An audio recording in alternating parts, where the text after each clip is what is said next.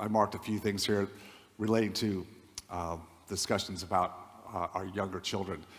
You write in the book, it is nearly impossible for a 10-year-old to understand the pressure in the life of a father, but it's equally difficult for a father to peer into the heart of a 10-year-old and fully understand his need for affirmation and instruction. Confusion runs deep.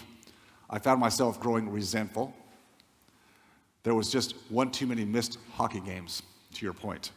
Legacies like confidence can be lost through inattention. It's possible for parents to spend a lifetime creating wealth for children only to see the currency of their life's work devalued because they have lost the hearts of their children. That's so strong, so strong. A small return in the life of a child can yield exponential results. Without attempting to quantify value or even understand it, a child has the capacity to receive and benefit from input at levels uncommon in adults. That really resonated with me in understanding those dynamics. And my daughter is 30 now, but going through a lot of the same thinking as I was trying to be that breadwinner, and yet coming to the point when, like your situation with Mary Catherine, and I think it was 2004, the C word, cancer, and how that emotionally, physically changes the dynamics very, very quickly. But you also talk about the fact that, on the other side of those kind of dynamics that are crises, definitely at that time, with the grace, there is another day, and there can be benefits on the other side of going through those times. Do you want to speak to that a little bit? Well, I mean, we all have opportunities to encounter crisis, whether it's health crisis or financial crisis, or there's a variety of things that we experience just in the course of life. And how we respond to it is pretty important. Sometimes it'll blow you up or it'll grow you up, and you have the opportunity to choose. I found that I understood love for the first time, perhaps in a real way, not in an immature way, after Mary Catherine was diagnosed with cancer. And it grew us up. It drew us together. Yeah. And so I think there's a way of looking at crisis, and some of this was explored earlier today as it relates to our finances.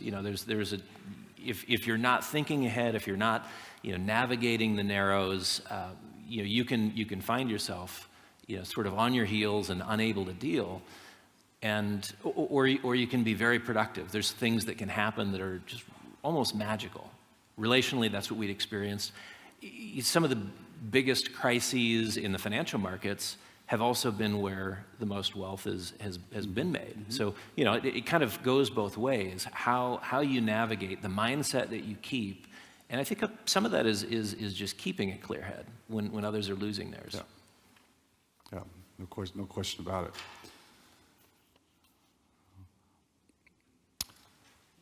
You talk about wake-up calls.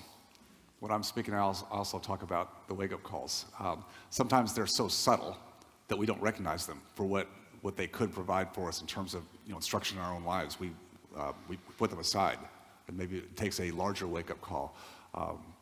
But what about those wake-up calls that maybe are there, but we are not really paying attention to them? We're trying to put them aside and let them go, let that instruction go.